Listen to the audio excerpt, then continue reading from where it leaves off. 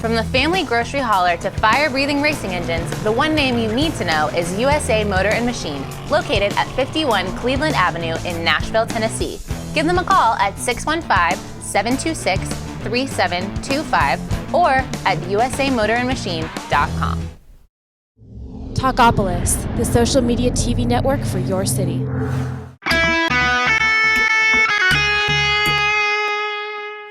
And welcome back, everybody, to Pit Pass. Final segment this week. I'm Joe Williams. Larry Woody will be back with us next week. He's out, hopefully, procuring dinner. I think Larry's out doing a little hunting. The turkey shooting turkeys. Yeah, you know, got to be careful. Buddy Williams, one of the three co-owners at Highland Rim Speedway, filling in this week as our co-host. And here in the middle, James the King Clymer. And we've been talking to James, and we talked about how much you love Highland Rim. Got that right. And you think, you feel like that with the new owners, everything is going in a great direction. I do. I really do.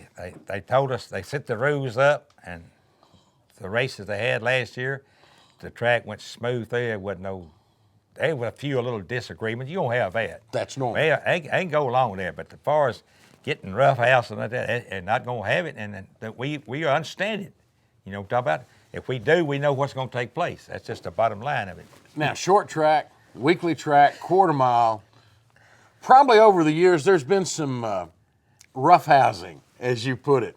You ever been roughhoused? Yes, I sure had, by Bobby Allison. Really? The only one, Bobby Allison. We had a 100-lapper at Highland Rim, and Alton Jones was leading it, and I was running second, and Allison got on the radio telling somebody I was holding him up. I was all over Alton Jones. I couldn't be holding him up, but it wasn't long. I was held up all right. He stuck me up on top of the wall in the middle of 3 and 4. And God is my witness, I wasn't holding him up. But they had to get a crane to hold me up and get me off the wall. A crane now. Did I make history? Probably. I sure did. Did you go have a discussion with Mr. Allison after the race? You know, there's a man brought me a pair of vice grips, told me to put beside him. I got out of the one race car into a 55 Chevy. He said, put up beside and throw that vice grips at him. I said, no, I ain't going to do nothing like that. If I was holding him up, he'd done what I'd done. You know, talking about trying to be nice about it because the pit crew was mad. So after it's all over with, he said, you still mad at me, Clymer? I said, no, I ain't mad at you. I said, but I'll be down there in Huntsville one of these days. I can pay you back. Well, you know, he was bad at Huntsville. Did you? No, I didn't. I went down there and raced with him, but I didn't put him. I liked old Bobby. Have you, in your 50-year career, have you ever, put a bumper to somebody just all the time? I mean, with the intention of. Hey, you have sometimes you tap them 3 times. That's way back in our days. Okay. If we tap it 3 times, the 4th time you gone. You're gone. And hey, everybody respect it. You know what I'm talking about? That was a rule. But have you ever? Oh yeah. Not just tapped like in you're gone, moved out of the way. I mean. Yeah, I've been putting. The old story about I'm putting you out of here. I've been putting the wall, and I've been putting them back too. Have you ever put anybody in the wall? Yeah, I paid them back. Yes, sir, Ray. Yes, sir. I put them in the wall. Who's your biggest rival? Well, back in our days, George Bennett. Me and him would put on a show. We'd get fined with a NASCAR for fight, and Bill Idaho would give our money back. And the stands would be full on Tuesday nights to see what we're going to do again. Donahoe ever tell you to do that? Huh? Donahoe ever tell you to do that? No, he didn't. No, you know he was going to tell you to do it. I need to ask him. He going to hit. Well, I know a story on Donahoe. He got Charlie Binkley and Walter Wallace in a fight one time, suspended them for 2 weeks, and then paid them to go to Birmingham and run the 2 weeks that they were suspended. Hey, he was a promoter, buddy. Bill Donahoe was a race promoter. So, but everybody liked him. The first day I met him, he scared me out of my skin almost. You? He called me up to the office. Said, well, you gonna race with us, Clymer? I said, yep. I heard you're pretty tough. I said, well, you hear a lot. Bill. He said, well, let's see how tough you are.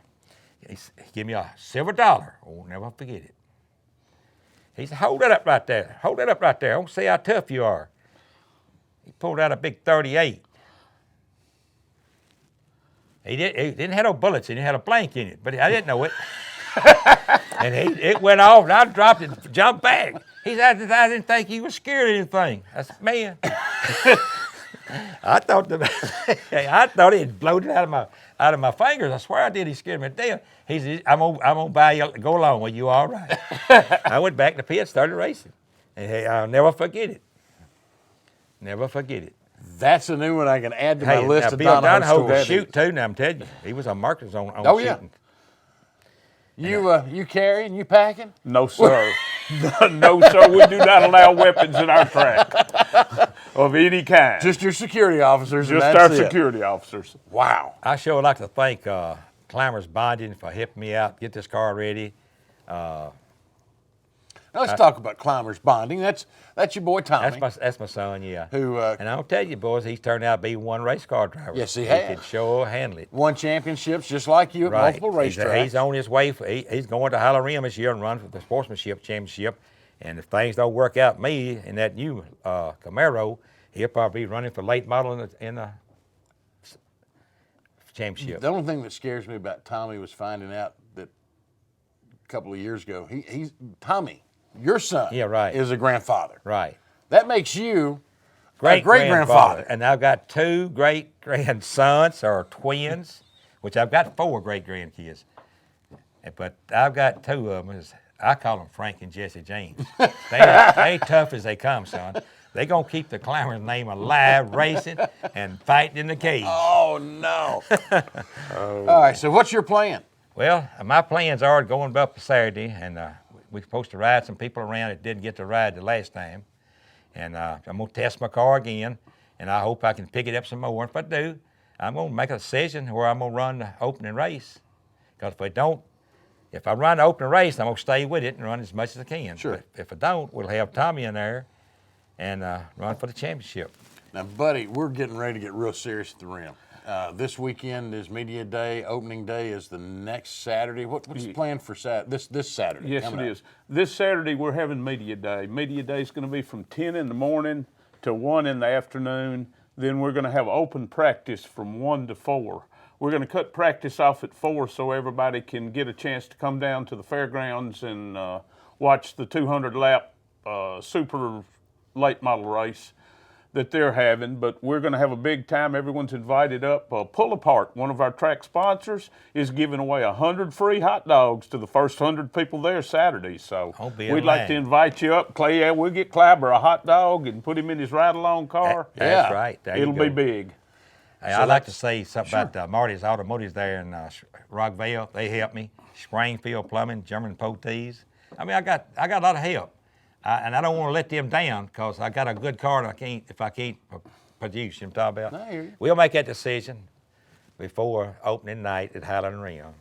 Which is April the 13th. April the 13th. So this when we say this week, we're talking about this Saturday being April the 6th. Yes. And then on the 13th, you guys start the 51st season. Yes, it is. 51st season of excitement at Highland Rim.